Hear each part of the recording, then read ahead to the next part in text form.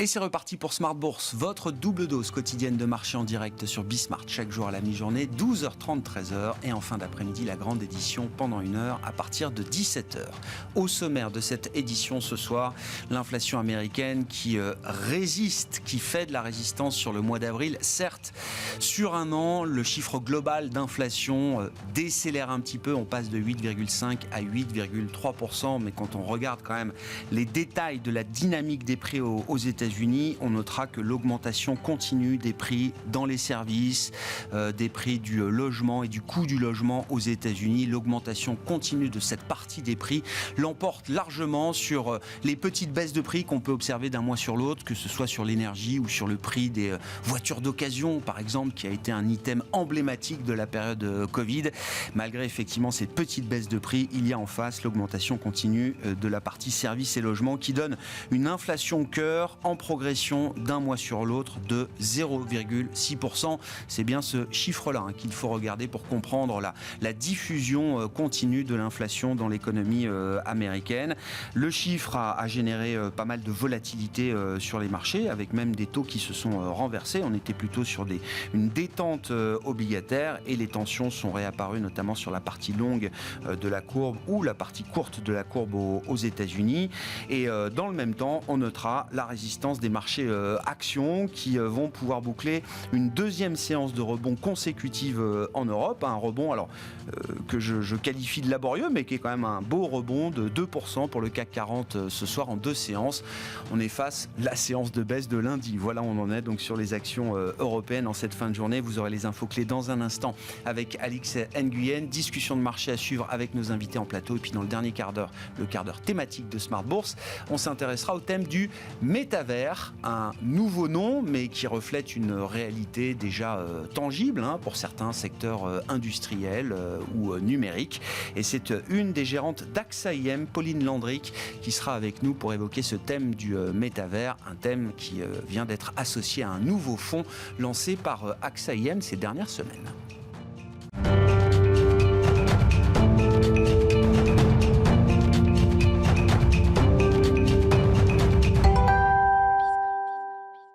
De hausse pour effacer la baisse de lundi sur les marchés actions en Europe. Le résumé du jour avec Alix Nguyen. Le CAC parvient à se maintenir dans le vert et ce malgré des prix à la consommation aux États-Unis en avril, faisant état d'une inflation supérieure aux attentes malgré un ralentissement en rythme annuel, le premier depuis août dernier. Plus précisément, l'indice des prix à la consommation a décéléré à 0,3% le mois dernier et à 8,3% en rythme annuel, tandis que l'inflation dite de base Core CPI a augmenté de 0,6% sur un mois et de 6,2% sur un an. Sur le marché obligataire, le rendement des bons du Trésor américain à 10 ans, qui était en baisse avant la publication des prix à la consommation, est reparti à la hausse. Aux valeurs, les géants des nouvelles technologiques fléchissent. Tesla, Amazon, Microsoft, Apple reculent. Les groupes pétroliers progressent dans le sillage de la hausse des cours du brut. Du côté des publications de résultats, Coinbase Global plonge après avoir annoncé pour le premier trimestre une baisse de 35% de son chiffre d'affaires. En France, le titre d'Alstom chute alors qu'il commençait la séance sur une hausse de 8% sous l'effet de l'annonce de ses résultats 2021-2022. On retient un chiffre d'affaires et un carnet de commandes en hausse, mais un résultat net négatif lié à la dépréciation des actifs chez le russe TMH et l'intégration de Bombardier. Et puis on relève que Saint-Gobain avance dans le vert. Selon le Financial Times, le fonds activiste Bluebell Capital Partners a appelé Saint-Gobain à remodeler son activité et à remplacer son président afin de contrer ce qu'il appelle une performance décevante. Demain, il sera encore question de prix avec ceux à la production pour le mois d'avril aux États-Unis. On retrouve aussi un agenda d'entreprises chargé avec les publications trimestrielles de Bouygues et de Veolia Environnement. Tendance, mon ami, les infos clés de marché 2 fois par jour à 12h30 et 17h avec Alix Nguyen dans Smart Bourse sur Bismart.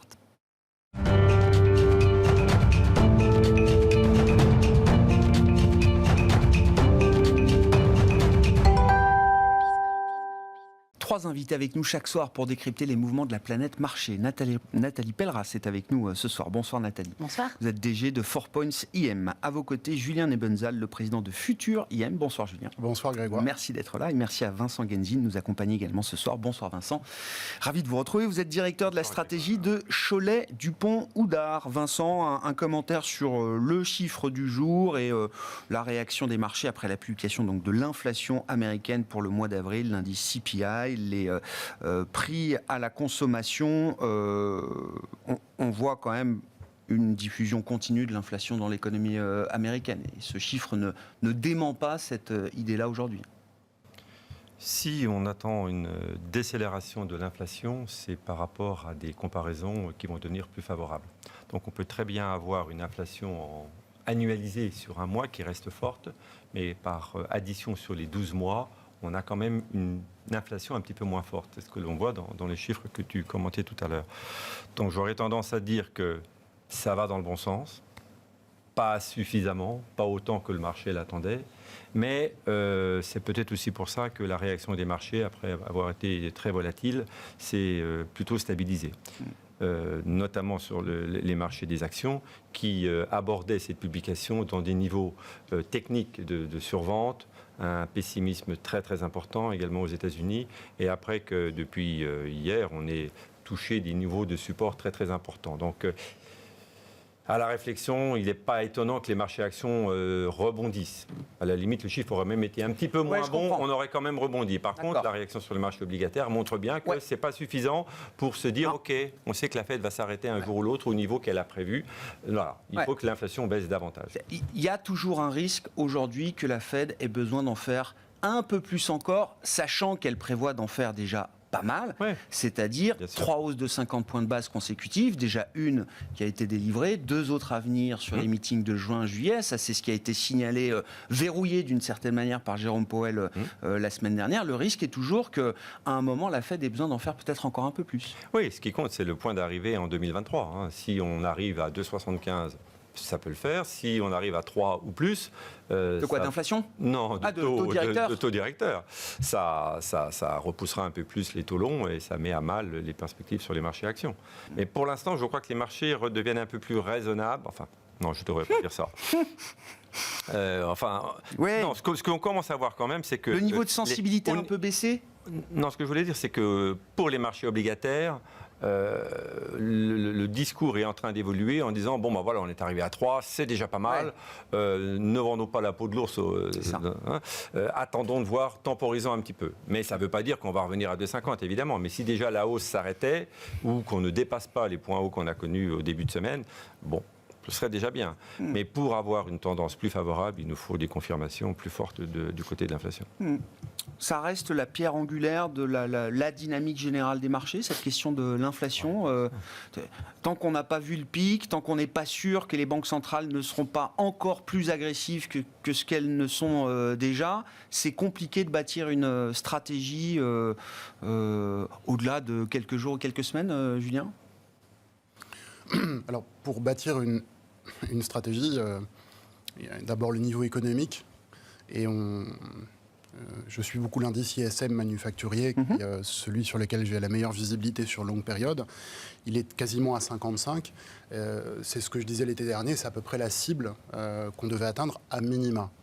Ce qu'on ne sait pas, c'est si on va aller de 55 à 52 en fin d'année. Ça, c'est une inconnue. Moi, je n'ai aucune réponse là-dessus. Il devait donc y avoir une traduction de ce ralentissement à l'intérieur des prix de bourse. Je crois que c'est fait, je crois que c'est acquis. Il y a, pareil, il y a 6-8 mois, personne ne parlait justement d'un ralentissement significatif. Maintenant, tout le monde l'acte et je pense que le marché escompte cela. Le deuxième point, c'est la politique monétaire. Que, pour ma part, je regarde surtout sur la partie des taux longs. Je crois que le vœu pieux des banquiers centraux, c'est simplement de normaliser la partie longue. Le reste, pour moi, c'est pas du marketing, mais c'est une manière de présenter les choses. Et on a atteint des niveaux intéressants aux USA. À partir du moment où on était à 2,5 sur le 10 ans américain, puisque ça correspond à peu près à la croissance structurelle ou potentielle des États-Unis. Et puis quand on atteint 1% en Europe, on est à peu près dans la même logique. Et finalement, en faisant ça, une banque centrale créer les conditions en fait d'un rythme d'activité normal, parce que ces taux longs sont quand même extrêmement déterminants pour beaucoup de choses, pour les emprunts industriels, pour l'immobilier. Je crois que c'était leur projet et je crois que l'objectif est atteint. Sauf que en faisant bouger ces taux, eh bien, ça impacte, alors quelque chose qui n'est pas mon domaine, moi, d'intervention, mais ça impacte la question de l'analyse financière classique de la valorisation. Bien sûr. Voilà. Et c'est pour ça qu'on a une volatilité assez forte en ce moment. Le marché, depuis quelques semaines, le marché des actions réagit, se synchronise par rapport au marché obligataire. Et c'est logique, c'est logique. Vous dites là, oui, mais je reprends le point intéressant. On est bien calibré pour un rythme d'activité qui correspond à un ISM manufacturier à 55. Le marché, les prix de marché là sont calibrés sur cette idée-là, qui n'est pas l'idée d'une récession. Hein. Non, justement, c'est pour ça que la seconde partie d'année est pour moi assez incertaine. Selon mes modèles, moi, n'indiquent pas un passage de 55 à 50, sinon j'aurais été plus alerte plus rapidement. Ceci étant, quand j'avais le même type de raisonnement en 2008, il m'indiquait pas non plus la crise financière qu'on a connue. Donc il faut regarder tous les paramètres. Hein. La partie subprime est venue ajouter à la dynamique économique. Mais on n'a pas non plus dans ces travaux, on n'a pas non plus d'ISM qui repart tout de suite. C'est pas comme un creux extrêmement rapide, puissant, avec un rebond économique juste après. C'est quelque chose qui est un peu plus lourd, qui est un peu plus intermédiaire. C'est un ralentissement que je qualifie d'intermédiaire. Ouais. Donc ça, c'est un point important. Après, si je reviens juste sur la valorisation, je ne travaille pas là-dessus, mais je suis depuis 15-20 ans un stratégiste économiste américain, parce que j'aime bien la manière dont il fait ses calculs. Il est toujours très conservateur sur les bénéfices et sur la partie taux, donc les dénominateurs de l'actualisation des flux. Il a tendance à être un petit peu dur. Il cherche toujours le cas de figure le plus défavorable. Et si je regarde tous ses travaux depuis 20 ans, il a eu de 97 à 99 un moment où il trouvait que le marché était quand même un peu cher. Sinon, il a tout le temps estimé que le marché était sous-évalué. Il y a quand même peu de gens qui font ce type de calcul, surtout en étant très rigoureux, très exigeants, qui aboutissent à ce type de résultats. Et là, pour la première fois depuis donc très longtemps, il vient de nous annoncer que le marché est revenu à sa valeur fair, c'est-à-dire à une neutralité de valeur. Et donc son anticipation dans S&P au-delà de 5000 points n'est plus tout à fait d'actualité. Ce qui veut bien dire que le mouvement qu'on a eu sur les taux a un réel impact sur le marché d'actions. C'est peut-être... J'enfonce peut-être une porte. Oui. Je résume à cette conclusion ce qui est en train de se passer en ce moment. Bon, sur les politiques monétaires, l'inflation, on peut avancer. Et c'est vrai que, en tout cas, ça reste quand même le point central de la dynamique des marchés actions. Est-ce que c'est le constat que vous faites aussi, Nathalie ? Oui, ça a toujours été un driver dans les marchés. Alors, il faut bien voir, en fait, on est quand même... Ce qui est important, c'est déjà la psychologie qu'il y a en ce moment. Parce que faut se souvenir, dans les dernières années, en fait, dès qu'on annonçait une anticipation peut-être d'une hausse des taux ou bien d'une diminution de la drogue insufflée sur les marchés, c'était pris très rapidement comme un signal positif. Ça voulait dire que la situation économique allait mieux et que donc les banques centrales auraient moins besoin de soutenir. Là, on est passé dans un marché très, très extrémiste parce que on est déjà en train de parler, on le disait tout à l'heure, vraiment comme si on savait qu'on rentrait en récession. C'est-à-dire que le marché est en train un peu de presser. Peut-être que les banques centrales n'arriveront pas bien à gérer ou bien pas suffisamment rapidement à juguler l'inflation et que donc elles vont précipiter une récession. C'est exactement ce que nous a dit la Banque d'Angleterre la semaine dernière, de manière aussi claire que ce que vous êtes en train de l'exposer. Mais c'est ça, hein. Et en fait, quand vous regardez, il y a un bon signal, les prix de l'énergie aussi. Parce que s'il y a un truc sur lequel tout le monde s'accorde, c'est que globalement, même si on a une baisse de la demande, parce que Chine a ralenti, parce qu'il y a quand même une différence énorme entre la demande et l'offre, et que ça va être encore plus exacerbé avec l'Ukraine.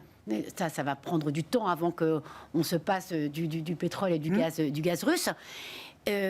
Malgré cela, les prix récemment, ça donne lourd, ont fortement baissé. Pourquoi anticipation de récession? Oui, mais d'accord, s'il y a une récession, de toute manière, la demande en matière première sera toujours supérieure à l'offre et on aura toujours un déficit d'offre, même en cas de fort ralentissement. Exactement, les marchés sont très excessifs. C'est ça qui est très difficile en ce moment, c'est qu'on a on avait oublié un peu que quand les marchés manquent de visibilité, et notamment sur ce que vont faire les banques centrales, eh bien, on a ces propensions à monter ou à baisser de façon très importante, parce que c'est des plus 3, moins 3, on peut dire c'est énorme. Globalement, vous regardez beaucoup de fonds actions ou d'allocations qui, en 4 mois et demi, même pas et demi, ont perdu exactement tout ce qu'ils ont gagné sur toute l'année 2021. Ouais. Et c'est pas des mauvaises stratégies, c'est pas ils sont pas trompés dans le scénario, c'est que les rotations sont tellement rapides. Ouais. Le seul point qui reste, qui lie le fait que tout est lié aux attentes sur les taux d'intérêt, donc c'est pas l'inflation, c'est vraiment les taux d'intérêt, c'est que les valeurs très chères qui avaient commencé à souffrir fin 2021, du fait de ce retour sur le fait de dire forcément, inflation, hausse des taux, on joue ce qui est cyclique parce que c'est le cycle économique qui va repartir et donc c'est ça. Eh bien, celle-ci, même s'il y a des rebonds, globalement, c'est ce qui baisse le plus. Bien sûr. Ça veut bien dire que les marchés sont en train de repricer en termes de valorisation, d'actualiser les modèles, de dire sur longue période, les taux plus élevés enlèvent du potentiel de valorisation et donc ça s'est corrigé quelle que soit la rapidité avec laquelle les banques centrales vont gérer l'inflation. Ouais. Ce retour à la moyenne, il est déjà suffisant d'une certaine manière, Vincent, quand on regarde un peu les valorisations. Alors, je me suis amusé, petit exercice et comparaison n'est pas raison, mais une boîte comme AB InBev aujourd'hui, c'est plus cher que Kering par exemple en PE Forward. Costco, le discounter américain, c'est plus cher que Netflix. C'est un modèle d'abonnement dans les deux cas. Donc on a l'impression d'un retour à la moyenne assez fort quand même. La rotation va très très vite, donc les anciennes idoles sont vite brûlées et d'autres sociétés se revalorisent tout aussi vite.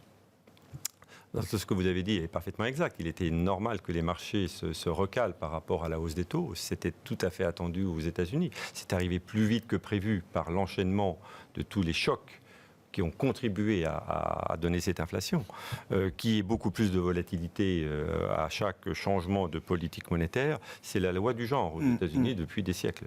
Je dis bien des siècles. Donc c'est tout à fait normal. Mais ce qui a été un peu perturbant, c'est que tant qu'on ne regardait que le côté monétaire, on pouvait se dire, OK, les choses vont se faire progressivement. Et là, on a eu le cumul des différents chocs, le cumul de la volatilité qui est créée par, dans un premier temps, les anticipations de changement monétaire qui font remonter les taux longs. Donc les taux longs qui montent, ça fait aussi de la volatilité. Là, on est en plein dans la hausse des taux courts, donc ça va également induire de la volatilité. Entre parenthèses, si vous regardez une évolution de la vol aux États-Unis depuis 20 ans, ça suit exactement les cycles monétaires. Ouais. Quand vous inondez le marché de liquidité, il y a moins de vol et vice-versa. Donc tout ceci les est banques assez centrales normal. deviennent des vendeuses de volatilité au marché. Là. Alors pour revenir à la question, est-ce qu'on est revenu à un niveau de valorisation correct ? On n'aurait que le problème monétaire aux États-Unis. Je dirais probablement oui. Parce que la loi du genre, quand les taux remontent, quand il y a un changement de politique monétaire, c'est du moins 15, moins 20 aux États-Unis. C'est-à-dire qu'on price un soft landing. En se disant, bon, la Fed monte ses taux, elle ne va pas vouloir nous mettre en récession. D'accord. Donc elle va, comme vous le disiez, réduire la surchauffe. Pour que les choses se normalisent gentiment. Bon. Donc ça, on est en train de le vivre. On avait perdu 25% en Europe et les États-Unis ont maintenant quasiment perdu 20% par rapport au plus haut et plus pour le Nasdaq. Est-ce que ça peut s'arrêter là ? S'il n'y avait pas l'Ukraine, s'il n'y avait pas la Chine, je dirais probablement oui. Ce que je n'arrive pas ce que personne ne peut imaginer, c'est est-ce que la situation de lockout chinois va perdurer et apporter un élément de ralentissement d'activité supplémentaire. Si ça dure 3 mois, c'est pas si grave, mais ça joue déjà sur un certain nombre de sociétés. Et quant à l'Ukraine, c'est pas tellement la durée du conflit, puisque aujourd'hui, il est logique de se dire que ce conflit devient larvé et que ça peut durer un certain temps. Éventuellement, il y aura une bonne surprise, mais on ne veut pas l'escompter. Et donc, derrière, si on a le maintien des sanctions et qu'on arrive à un embargo sur le gaz russe, il y a un double effet. C'est que, premièrement, on a du mal à se priver du gaz et du pétrole russe, mais si on est dans une situation qui s'éternise de ce point de vue-là, il ne faut pas oublier que les Russes seront bientôt incapables de produire du gaz et du pétrole. Parce que sans les technologies américaines et européennes, ils ne peuvent plus continuer. Et ça, c'est un problème structurel. Au niveau de l'offre, ça va réduire aussi la Russie ne sera plus jamais le producteur de gaz et de pétrole qu'elle a été. Le niveau de production de gaz et de pétrole russe, s'ils sont obligés d'arrêter les puits, ne reviendra jamais au niveau... Non, je dis pas ça. Non, je dis pas ça. Je dis qu'à un moment donné, s'il n'y a pas d'investissement nouveau, bah, on perd en capacité. Ça ne veut pas dire qu'on a perdu les réserves et qu'on ne peut pas revenir au niveau de production qu'on avait avant, mais ça prendra du temps. Regarde l'Irak, qui est loin d'avoir retrouvé ses niveaux de production, et l'Iran encore pire. Oui, c'est ça. Oui. Mais bon, je parle de l'Iran, ça veut dire qu'il y a aussi d'autres sources qu'on peut exploiter, mais tout ceci ne se fait pas du jour au lendemain. Donc il est clair qu'on a la volatilité de la politique monétaire, la volatilité des marchés, la volatilité des prévisions économiques, la volatilité des résultats, enfin, ou des anticipations de résultats, qu'on n'a pas encore vraiment vu, mais qui va aussi arriver. Donc ça fait beaucoup de vol. Et donc, malgré l'ajustement des prix, comme vous le disiez, si avec la Fed, vous seriez déjà en train de revenir à l'achat, vous êtes encore prudent aujourd'hui? Oui, je suis encore prudent. Je pense qu'on était ces derniers jours, on était très survendu. Donc, on va bien voir si on a une petite capacité de rebond de quelques pourcents, si c'est possible, assez technique. Mais comme le chiffre n'était pas non plus excellent, j'ai un petit peu peur qu'on vienne rebuter sur les seuils précédents. Sur le CAC, ça doit être un 6004 ou quelque chose comme ça.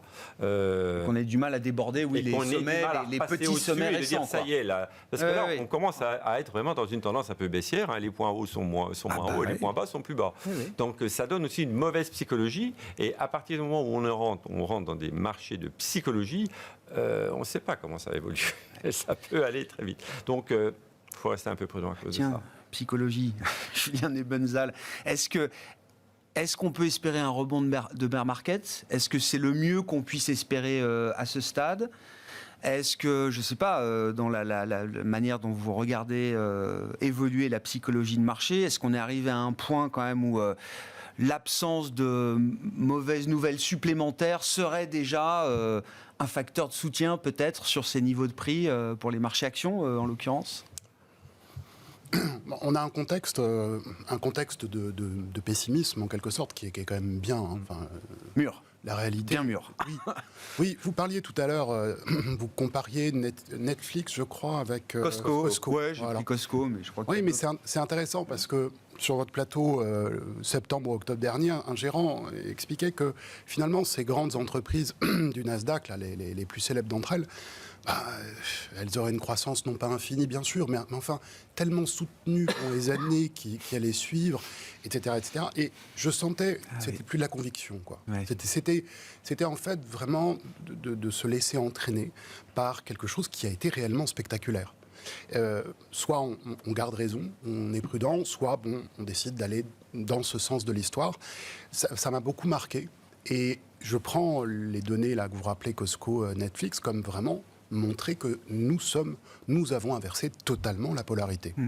Si on prend un autre exemple, c'est celui de, je crois que vous avez cité le PER de Kering, c'est ça? Alors Kering, ça doit être à 14, et voilà. J'ai mis en face AB InBev qui doit se payer 17, le forward PE. Et donc ça n'est toujours pas mon c'est domaine. Pas les mêmes retours sur capitaux de côté, donc c'est pas les mêmes dettes. Oui, voilà. Le price earning. Mais c'est pour donner une idée de ce qui se passe dans le marché quand même. Le price earning. Non, mais c'est souriez sur la dette. C'est pas le niveau de dette, disait Vincent. Voilà, le price earning, je ne le demande pas, c'est pas du tout mon domaine d'intervention, mais je crois que ce price earning pour cette entreprise était plus du double il y a quelques mois. C'est à ma connaissance, à ma compréhension. Et je me souviens surtout, si on veut prendre quelque chose de vraiment emblématique, même si c'est un tout petit bout de capital, souvenons-nous, il y a 2 ans, l'Autriche a emprunté 2 milliards à 100 ans.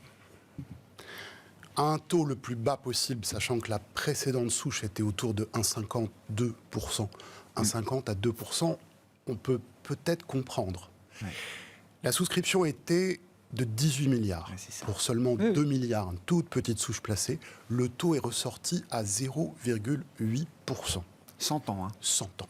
Donc, quand on voit qu'il s'est passé ça il y a 2 ans, et qu'aujourd'hui, on a l'apparition d'une inflation qui n'est pas transitoire, qui est intégrée maintenant dans les phénomènes intimes de l'économie, même si on n'est pas encore dans le grand entraînement. Je pense que le grand entraînement inflationniste, il est encore pour quelques années plus tard. Ça prend du temps d'anticiper, de créer Donc des il y aura une pause quand même dans cette mécanique Voilà. inflationniste. D'accord. Pour créer des anticipations fortes chez tous les intervenants, on ne le fait pas en quelques mois. Non. Il suffit de se promener, non pas sur un marché financier, mais sur un marché de nos marchés quotidiens, pour voir que les gens parlent de tassement de prix, le souhaitent, l'espèrent. Personne n'anticipe le maintien de ces hausses si fortes. Donc nous sommes en ce moment vraiment par polarité à l'inverse de tout ça. De la même manière, je parlais des GAFA, des taux, etc. Donc, entre le ralentissement qui est acté, je crois, par tous les acteurs et ce niveau de pessimisme, je crois que oui, on est dans des conditions qui sont assez opportunes pour investir sur des actifs longs.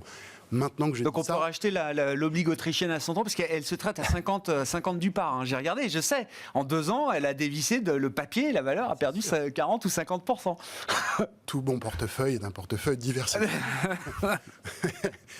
Mais ce que je veux dire, c'est que, et je reprends ce que je disais à la question précédente, je ne connais pas l'intensité du ralentissement économique, et c'est ça la clé. Ouais. C'est pas tellement les marchés obligataires, Je comprends. parce que les marchés obligataires, ils sont là où les banques centrales veulent qu'ils soient, et les banques centrales ne veulent pas que ça aille beaucoup plus loin. Ça, j'en suis convaincu.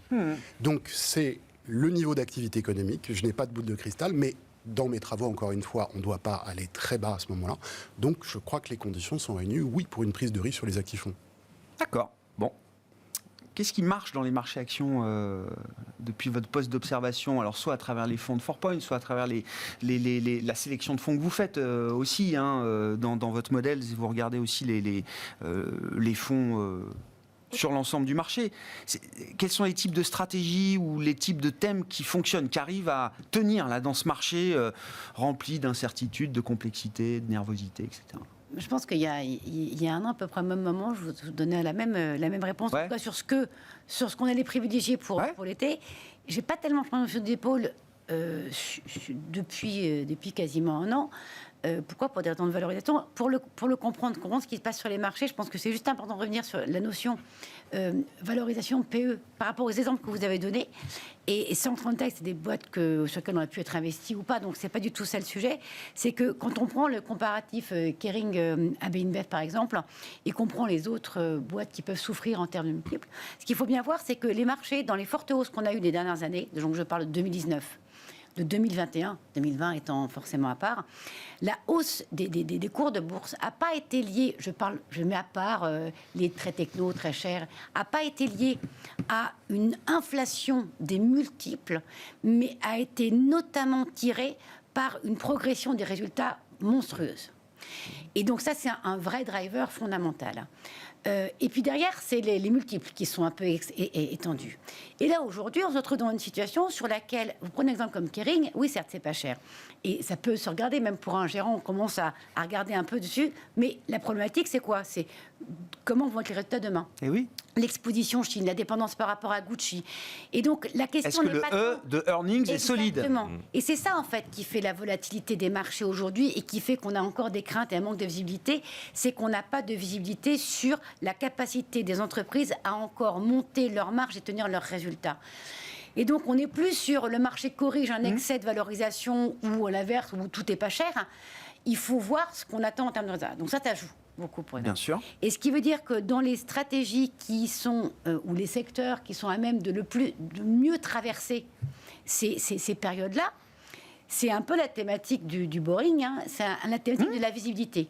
La visibilité dans le sens où on sait globalement, on a une maîtrise du carnet de commandes, on a une maîtrise de la capacité à gérer ses marges, on a des petites croissances, on est des secteurs défensifs au sens réel du terme, c'est-à-dire au sens propre et au sens figuré, c'est-à-dire immunes contre le cycle. Mais d'un autre côté, c'est pas eux qui vont avoir les meilleures extensions multiples, mais on s'en fiche, c'est pas ça qu'on attend, les extensions multiples. Maintenant, c'est une capacité à dégager du résultat régulier. Donc, toutes les thématiques investies sur le rendement, la logique du rendement, les thématiques un peu santé, mais santé avec des grosses pharma plus que des biotech, les thématiques consommation, plus Staple, qui peuvent aussi introduire un peu... Ça, là-dessus, c'est en performance. Ce qui avait été quelque part un peu le moins 10 ans de 2021, à la traîne, c'est des 15% de performance. Hein.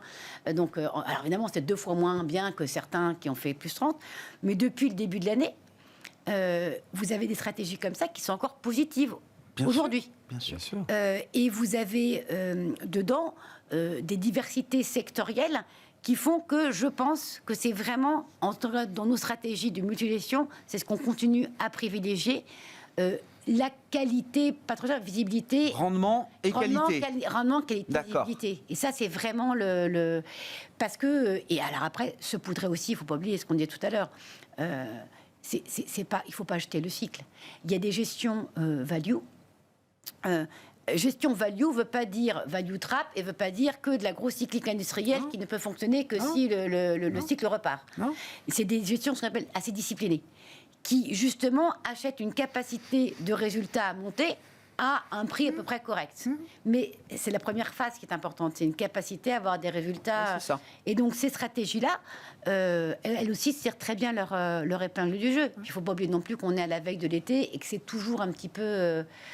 Et ce qui était des positions d'attente peut-être il y a quelques mois deviennent des positions un peu plus stratégiques au fur et à mesure que le temps passe et que les problèmes restent les mêmes, pour dire les choses. Si on parle en exposition, risque, typiquement, je pense qu'on a dû commencer l'année sur des gestions dynamiques, hein, donc sur lesquelles on a une capacité à être à 100% investi. Sur nos profils de gestion sous mandat, par exemple, on devait avoir à peu près... 15% de cash qu'on a monté à 25 très rapidement. On n'a pas la boule de cristal sur l'Ukraine, sur tout ça. C'est par rapport à ce qui était passé en 2021. On a fait des petits mouvements à l'intérieur de ça. Aujourd'hui, on est revenu à un niveau de 23-24% de cash et on n'a pas du tout envie de le monter. D'accord. Par contre, dans le poids action, augmenter le poids de ces stratégies-là, on a encore envie, rendement, défensive. Et si on doit garder quelque chose, on gardera du cycle énergétique, on va dire, du cycle sur lequel il y a vraiment de la demande. Ouais. Dans alors, légère sous-pondération aujourd'hui, c'est ça, chez Cholet Oudard pour les mêmes raisons. On n'a pas envie d'augmenter globalement notre niveau d'investissement. Et dans la poche, il y a des choix stratégiques quand même. On est plus à l'aise avec certains secteurs, thèmes, zones géographiques. Non, moi ce que je préconise, et là je parle non pas en mon nom personnel, mais en tant que stratégiste, parce qu'après dans la gestion des fonds, chacun a ses objectifs et ses règles de gestion. Moi je prêche une politique relativement équilibrée.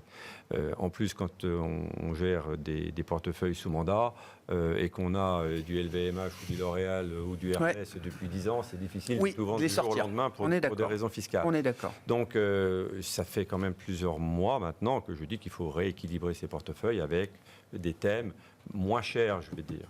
Bien sûr, aujourd'hui, on a envie d'avoir de la visibilité et de la sécurité en plus, mais la sensibilité à la hausse des taux, il y a quelques mois, c'est ce qui était le plus important. Donc, il y avait des financières qui étaient nécessaires, il fallait avoir des banques, aujourd'hui peut-être un petit peu moins, et avoir des valeurs à plus faible multiple. Ceci étant, si on se dirige vers un soft landing, il ne faut pas oublier que les valeurs de croissance, ce sont aussi, à un moment donné, des valeurs défensives. Parce qu'elles ont une capacité à avoir une croissance supérieure au cycle. Il y a plus de résistance parfois dans un LVMH que dans, je ne sais pas, je ne parle même pas de Saint-Gobain, mais enfin, voilà, c'est des secteurs qui sont bons. Mais aujourd'hui, on ne pouvait pas aller sur ces secteurs-là, dans cette optique-là, parce qu'ils étaient beaucoup trop chers. Bon, à partir du moment où on aura un peu plus dégonflé la bulle de valorisation sur des technos dont les marges restent colossales, qui n'ont pas de problème de pricing. Le caractère défensif sera à nouveau un peu plus visible. Oui, ou je dirais, ce ne sera peut-être pas défensif, mais en tout cas, comme vous le disiez tout à l'heure, on pourra retrouver des niveaux d'achat à moyen terme parce que on aura toujours besoin de la techno, on aura toujours besoin de cette croissance, et comme on l'a acheté un petit peu moins cher, même si on n'est pas encore sûr de l'évolution des taux sur les 6 prochains mois, ça redeviendra payant. Donc, je n'ai pas de raison non plus de vendre aujourd'hui ces valeurs-là. Ouais, je comprends. Je pense que la contraction des multiples a déjà été suffisante. Et en plus, si on a effectivement un petit tassement, je ne veux pas dire un tassement des taux, mais que la progression des taux d'intérêt à long terme se calme un petit peu, ça fait combien de temps qu'on n'a pas vu de surperformance de la value ? Hein, ça fait depuis 2004. Ça Donc, dépend pour combien de temps. Sur une journée, on l'a déjà vu. Sur plusieurs mois, c'est plus rare. C'est que chaque fois que je parle de la value, je tombe sur des gens qui me disent la value, arrête la value, il n'y a que la croissance qui compte. Bon, ils vont finir, mais tant qu'il y a des amoureux de la croissance, vous le disiez tout à l'heure, et des gérants qui sont devenus amoureux de la croissance. Parce qu'ils ont connu que ça. Qu'ils ont connu que ça. Oui, mais c'est quand ce sera définitivement enterré qu'on aura vu la fin de la baisse. Ouais. Et puis, à leur crédit, c'est vrai que les faux départs value, encore l'an dernier, en 2020, on en a beaucoup commenté. Et à commencer avec des gérants value qui le reconnaissent eux-mêmes, que c'est souvent des feux de paille. C'est vrai, mais ce qui me faisait peur quand je parlais de la value, c'est qu'aux États-Unis, sur les 20 dernières années, les périodes où la value a surperformé, généralement, c'était des phases difficiles pour les marchés. Donc, c'est un peu ce qu'on est en train de voir. En fait, la value résiste mieux que la croissance, mais elle baisse quand même. Est-ce qu'il y a... Alors, s'il faut se réexposer, c'est ce que vous disiez, Julien, c'est assez nouveau dans votre discours. Est-ce qu'il y a des paris thématiques, sectoriels, géographiques à faire? Je n'en ai pas fait. Donc voilà, je suis passé à côté des 2-3 petites choses, je pense qu'il aurait fallu faire, mais qui ont été très compliquées à mettre en œuvre. Le dernier choix sectoriel, c'était la banque, mais j'ai arrêté à l'été dernier au moment où on a réduit l'exposition sur les actions. En fait, on a beaucoup travaillé sur l'exposition pure et dure, classique, pour tomber à 0%. Donc on est resté pendant 6 à 8 mois à 0%. Et là, on est revenu... Et on est revenu à 100%. On n'est pas revenu à 30%. On est revenu à 100%, ce qui est une décision en soi. Après, ce qui aurait été intéressant, mais c'était compliqué de rentrer, c'était de faire le couple énergie-produit de base sur le deuxième semestre. Mais je n'ai pas pu trouver les conditions d'intervention avec une gestion du risque. Donc j'ai été obligé de rester à l'écart de ça. Là, je pense que ça va redescendre et qu'il y aura peut-être d'ici la fin d'année une nouvelle opportunité. En tout cas, c'est pas... Là, je ne suis... C'est pas maintenant que vous achetez l'énergie, les ressources de base spécifiquement. J'aimerais construire aussi une ligne sur la santé, mais c'est aller très très vite. C'est très compliqué à gérer, ça aussi. Donc voilà ce que je n'ai pas pu faire. Et ce que, en dehors d'être à 100% action, ce que j'essaie de faire, de regarder, c'est est-ce qu'il n'y a pas une ou deux thématiques un petit peu à côté qui sont pour quelques mois intéressantes. Je pense notamment aux utilities, pris globalement comme un secteur, sur lequel j'ai une perception un peu de robustesse relative. Alors ça pourrait correspondre au fait que les marchés obligataires cessent de baisser, que donc les taux longs sont là où les banques centrales veulent qu'ils soient. Ça rentrerait dans cette logique. Ce contexte, d'ailleurs, devrait permettre une amélioration de certaines valeurs de croissance, et notamment celles qui sont, par les analystes financiers et les gérants, reconnues comme les plus robustes, les plus solides, le meilleur pricing power, etc. Mais j'ai l'impression que là-dedans, les utilities aussi vont peut-être avoir quelque chose à faire. Alors, il y a toute la notion de la transition, il y a la problématique aussi géopolitique qui est en train de s'inscrire maintenant à l'intérieur de l'Europe, qui peut avoir un impact aussi sur ces entreprises. Donc je vois sur le fond beaucoup de choses. Après, en termes de comportement, c'est délaissé, c'est clairement délaissé. Donc c'est intéressant parce que peu de gens sont dessus, il n'y a pas d'optimisme particulier. Il y a un comportement de prix qui est stable, un peu moins de volatilité. Donc voilà ce que je regarde. Mais la décision, pour autant, on n'a pas encore prise. Ouais, c'est intéressant parce que les énergéticiens, ils redeviennent centraux dans nos vies, entre guillemets. Et puis on voit quand même un rapport de force qui s'installe entre ces groupes et le politique. Parce que voilà, capter les super profits, tous les pays européens regardent, passent à l'acte, effectivement. Alors, je ne sais pas, est-ce que ça justifie le fait que ce secteur soit délaissé aujourd'hui? Est-ce que ça explique en partie le fait que ce soit délaissé aujourd'hui, qu'il y ait un risque de nature politique pour les profits de ces entreprises? Ce sont pour la plupart, qu'il s'agisse des anciennes énergies, et il faut aussi regarder ce qui est du domaine de l'innovation, de la nouveauté à l'intérieur de ça. Parfois, c'est même dans les grands groupes. Ce n'est pas nécessairement des entreprises séparées. Il faut regarder l'enjeu, en fait, la conjonction des enjeux, à la fois géopolitique à nouveau, et de transition écologique. Quand on met les deux ensemble, on s'aperçoit que ce secteur, et peut-être d'ailleurs en partie le secteur des télécoms, qui peut avoir un lien, notamment sur tout ce qui est défense, etc., parce qu'il va y avoir petit à petit un sujet aussi là-dessus. Enfin, on a vu Thierry Breton commencer à développer une certaine logique européenne. Mais je dirais que le terrain de fond des utilities est vraiment très intéressant parce que c'est la conjonction de ces deux sujets. Il se trouve après que, du point de vue du comportement, c'est bien parce que ce secteur n'est pas aujourd'hui sous pas exubérant, de la rampe. Exactement. Très intéressant. Saint-Gobain, est-ce qu'il faut déconstruire Saint-Gobain? Nathalie, c'est la petite histoire du jour avec l'arrivée d'un activiste, donc un faux anglo-saxon, Bluebell, qu'on a connu notamment chez Danone il n'y a pas très longtemps. Bon, ils n'ont pas une petite portion du capital, mais ça suffit déjà à mener une campagne. Il faut faire partir le président Pierre-André Chalanda, et il faut recomposer les activités, et notamment l'idée d'un spin-off. C'est assez classique, j'allais dire, dans les stratégies des activistes, mais quand vous regardez le cas Saint-Gobain de manière un peu fondamentale, est-ce qu'il y a, du travail à faire En fait, c'est vrai, pour ce groupe pencher sur l'histoire un peu, oui. dessus, ça fait pencher longue histoire, une longue histoire, et c'est vrai que ces groupes-là, tout ce qui sont ce qu'on appelle des conglomérats, que ce soit dans la construction ou dans d'autres secteurs, leur vie, c'est l'accordéon. Il y a des phases dans les années 80-90, c'est beaucoup d'acquisitions, des rachats minoritaires, des acquisitions offensives, et on grandit. Et puis après, on rétrécit, on rationalise et on se recentre sur un core business pour redonner de la valeur. Et c'est vrai qu'en fait, Saint-Gobain, ça répond exactement à ça, parce qu'on peut souvenir des rachats minoritaires que Saint-Gobain a pu faire dans les années 90, que ce soit dans la distribution, que ce soit dans le verre aussi, notamment en Espagne. Et puis, il y a eu cette opération sur Verallia qui a été reportée. Ce que je cherchais, je pensais que c'était eux qui l'avaient... Dans le souvenir, c'était eux qui l'avaient IPOté. Et en fait, non, ils l'ont vendu à Apollo en 2015, qu'ils n'arrivaient pas à la mettre en bourse. Donc c'est l'activité vert de Saint-Gobain, activité historique. Qui est aujourd'hui Verallia, en fait. Oui, tout à fait. Et cette activité-là, qui était vert, mais tout ce qui était vert de consommation, pas vert de construction. Et donc, cette logique de... On se recentre sur un secteur, un métier qui est la construction, et on vend le reste aussi pour leverager en termes de multiples. Et ça a servi à quoi? Depuis, en fait, ils ont beaucoup investi, notamment sur cette activité de distribution. Ouais. Et c'est vrai que l'activité de distribution en tant que telle, c'est un peu plus de 40% du chiffre d'affaires de Saint-Gobain, et c'est un quart du résultat opérationnel. Donc ça marge moins. Ils ont déjà redressé quand même pas mal les marges dessus. Donc c'est vrai que l'idée de se dire, si on vend un actif qui est aujourd'hui un pure player, on devrait avoir un re-rating du titre, puisque l'activité construction marge mieux et donc devrait avoir un multiple supérieur, d'autant que cette activité purement construction, elle bénéficie à plein de l'engouement sur tout ce qui est thématique environnementale, isolation, et donc Saint-Gobain est un... Il y a de la recherche, il y a de la technologie dans les matériaux de construction aujourd'hui, donc il y a de la valeur, il y a de la croissance, il y a quelque chose de... un petit peu plus.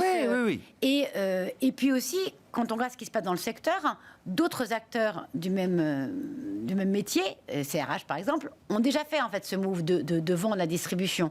Donc ce que demande Bluebell, c'est un peu à Saint-Gobain de faire quelque chose et de faire un peu comme ses concurrents l'ont fait en secteur, pour permettre une revalorisation. C'est juste vraiment une revalorisation des extraire la valeur de Saint-Gobain matériaux de construction. Parce que sinon, tout le travail qui a été fait et le re-rating du titre qui a déjà eu lieu par rapport à cette thématique isolation, c'est un peu derrière nous. Donc, pour donner une nouvelle histoire et de nouveaux triggers à un investisseur, c'est en fait ces systèmes d'investissement à tiroir. Les activistes, ils aiment ça.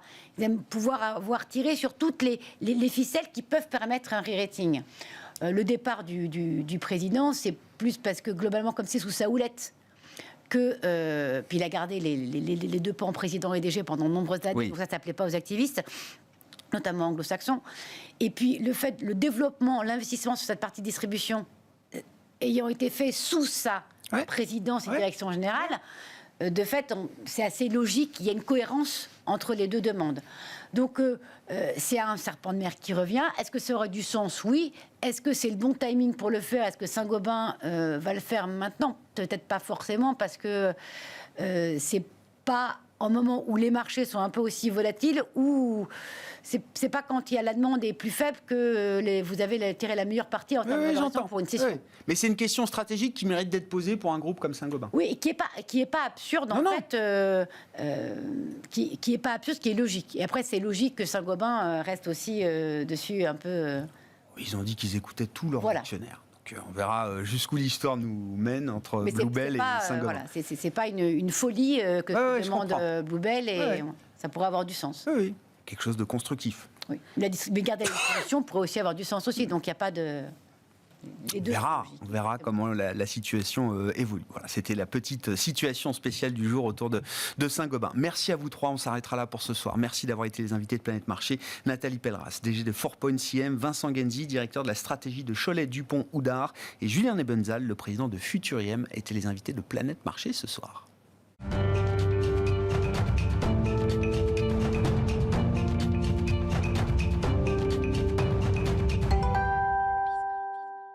Le dernier quart d'heure de Smart Bourse chaque soir, c'est le quart d'heure thématique. Le thème ce soir, c'est celui du métavers et nous en parlons avec l'une des gérantes de portefeuille d'AXA IM à l'occasion du lancement d'un fonds thématique dédié au métavers chez AXA IM ces dernières semaines. C'est Pauline Landric qui est à mes côtés en plateau. Bonsoir Pauline.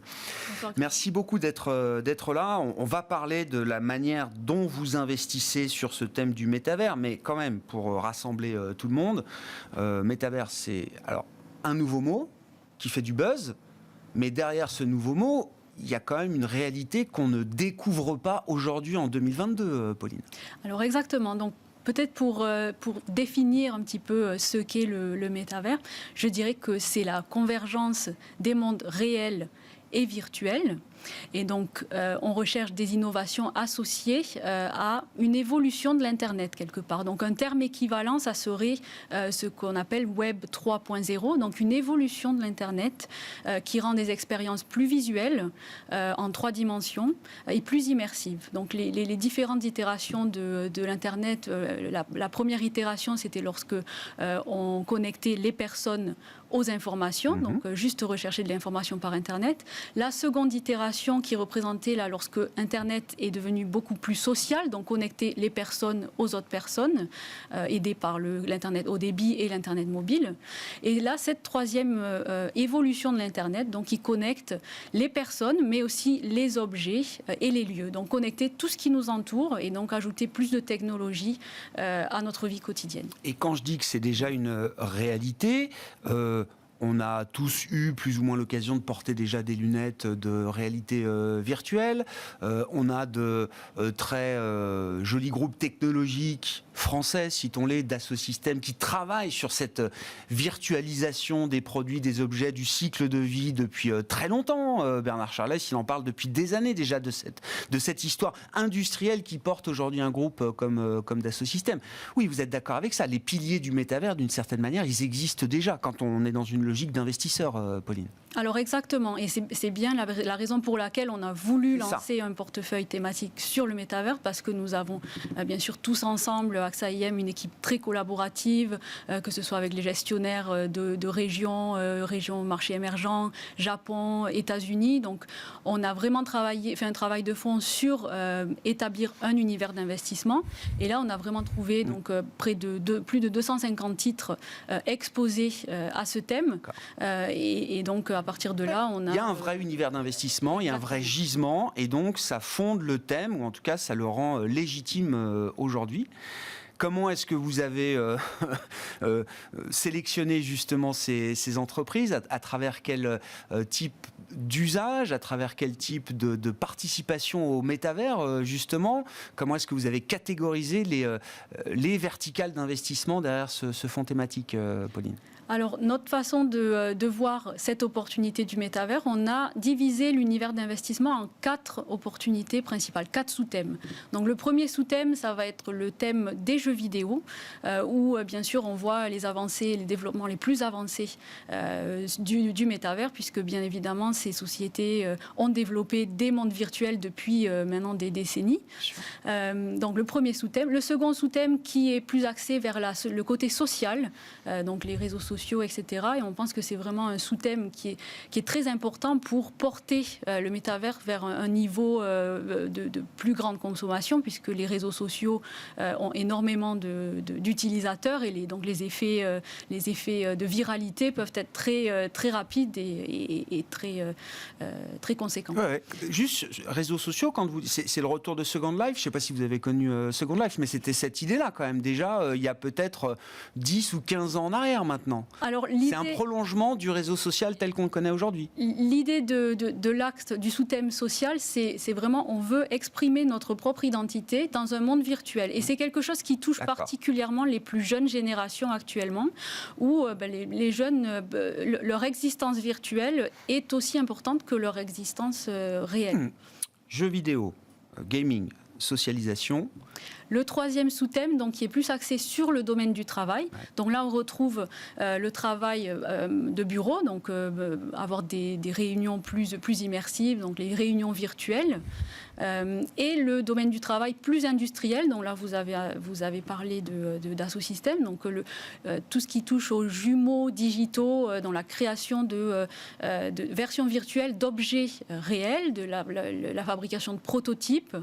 Donc c'est aussi un thème qui est extrêmement important. Et des sociétés qui sont profitables et qui ont été établies depuis très très longtemps. Ah ouais. Le dernier sous-thème qui regroupe les facilitateurs technologiques, donc là c'est les sociétés qui déposent les briques pour rendre l'univers du métavers possible. Donc c'est les architectes du métavers. Exactement. Donc ça va regrouper les sociétés de semi-conducteurs par exemple, équipements réseau, mais aussi la cybersécurité, puisque c'est quand même une problématique très importante d'exister dans ces mondes virtuels en toute sécurité, ainsi que les sociétés de paiement aussi. Donc si on veut faire des transactions dans ces mondes virtuels, on veut être capable de le faire simplement et c'est de façon sécurisée. Et enfin, on peut donner, comment est-ce que vous quantifiez le gisement ou le potentiel que représente le métavers?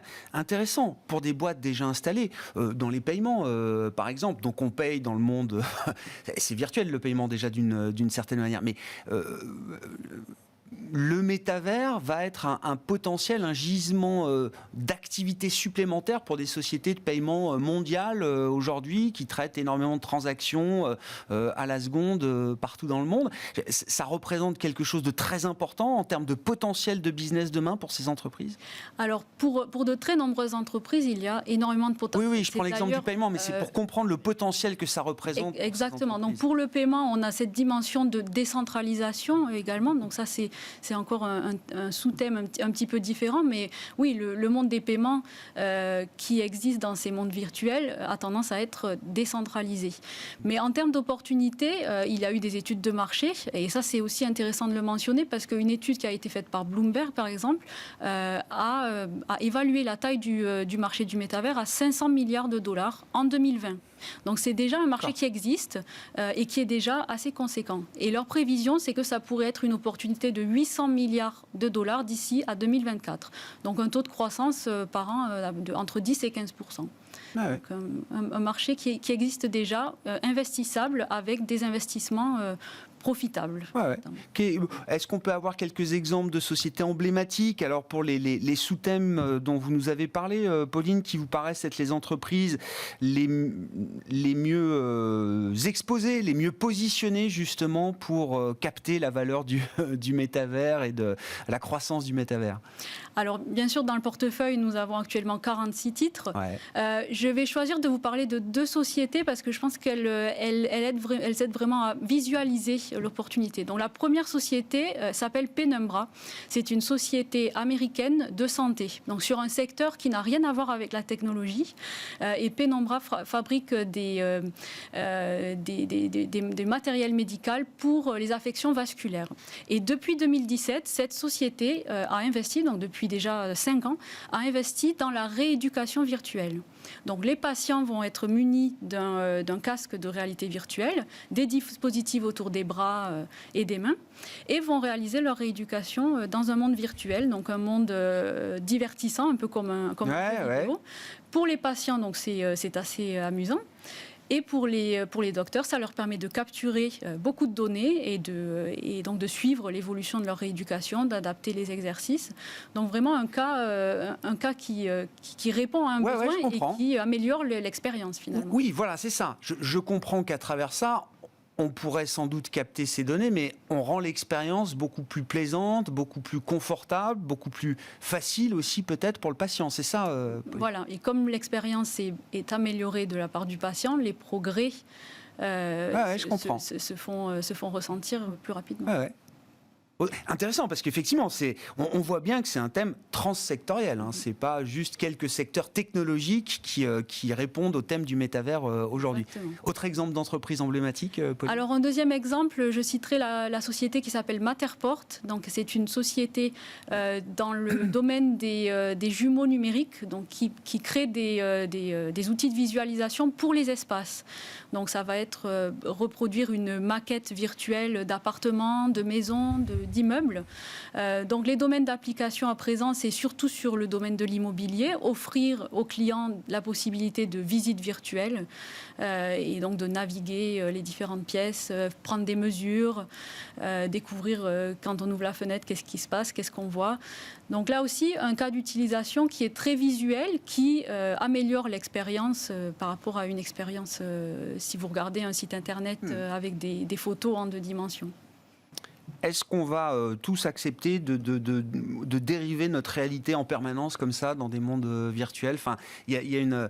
Alors, tout dépend, j'imagine, des générations. Il y a quelque chose peut-être de très générationnel lié au métavers, mais oui, on est sûr que socialement, on va accepter de dériver de plus en plus comme ça de nos expériences du monde physique vers un monde virtuel, aussi plaisant soit-il, aussi confortable soit-il. Alors, pour ce qui est de l'avenir, de sociologie, mais bon... Je suppose que vous avez raison. Il y a un aspect générationnel et actuellement, c'est un phénomène qui est totalement accepté par les générations les plus jeunes. Avoir une existence virtuelle, acheter des améliorations, des vêtements, des accessoires virtuels, c'est quelque chose qui est très orienté vers les plus jeunes générations. Avec un pouvoir d'achat limité. C'est le problème de la génération la plus jeune, c'est que c'est celle qui a le moins de pouvoir d'achat. Et donc ces jeunes individus vont grandir et vont avoir plus de pouvoir d'achat au fil des années. Mais ce qui est intéressant aussi quand on regarde la technologie en général, historiquement, lorsque ça commence à toucher les plus jeunes générations qui acceptent une technologie, ça remonte les générations. Voilà, ça remonte les générations. Un exemple, les réseaux sociaux. Par exemple, il y a 15 ans, c'était essentiellement des étudiants d'université qui utilisaient les réseaux sociaux. Nos parents et nos grands-parents sont parfois sur les réseaux sociaux aujourd'hui. Voilà, tout le monde utilise les réseaux sociaux. Comment vous regardez les phénomènes spéculatifs qui sont liés ? Alors, encore une fois, c'est une nouveauté sans être réellement une nouveauté, mais c'est vrai que les expériences sont de plus en plus poussées. On a tous lu des exemples de gens qui achètent des objets de collection virtuels hors de prix, voire de l'immobilier. On achète de l'immobilier aujourd'hui dans le métavers et ça se traite, alors je sais pas, en termes de prix, ça peut se traiter évidemment comme de l'immobilier physique, sauf que tout ça est virtuel. C'est surprenant, c'est normal d'avoir ces phénomènes peut-être un peu spéculatifs. Pauline, comment vous regardez ça ? Alors sur le domaine des objets de collection ou des jetons non fongibles, on a vu des choses assez incroyables qui se sont passées. La plupart des sociétés associées à ces jetons non fongibles sont privées, donc nous sommes des investisseurs sur des sociétés listées en bourse, donc on n'investit pas dans ces sociétés-là, mais on observe les évolutions. Et j'ai quelques observations. L'art digital, donc ça vous donne quand même le gage d'une authenticité et vous avez la garantie que cet objet virtuel vous appartient. Donc il y a quand même une valeur ajoutée qui est assez nuancée. Oui, à discuter, mais il y a un titre de propriété. Exactement. En ce qui concerne l'immobilier, là aussi, pour les grandes marques, il y a aussi une question de si je ne suis pas présent dans ces environnements virtuels, comment est-ce que je vais cibler ces audiences qui sont pour la plupart des audiences plus jeunes et des audiences qui sont très difficiles à cibler par des moyens médias traditionnels. Donc il faut les suivre là où ils sont. Exactement. Merci beaucoup Pauline. Pauline Landric qui est venue nous éclairer sur le thème du métavers, donc un thème nouveau exploité en matière d'investissement aujourd'hui chez AXA IM. Pauline Landric qui est gérante de portefeuille chez AXA IM et qui était l'invitée du quart d'heure thématique de Smart Bourse ce soir.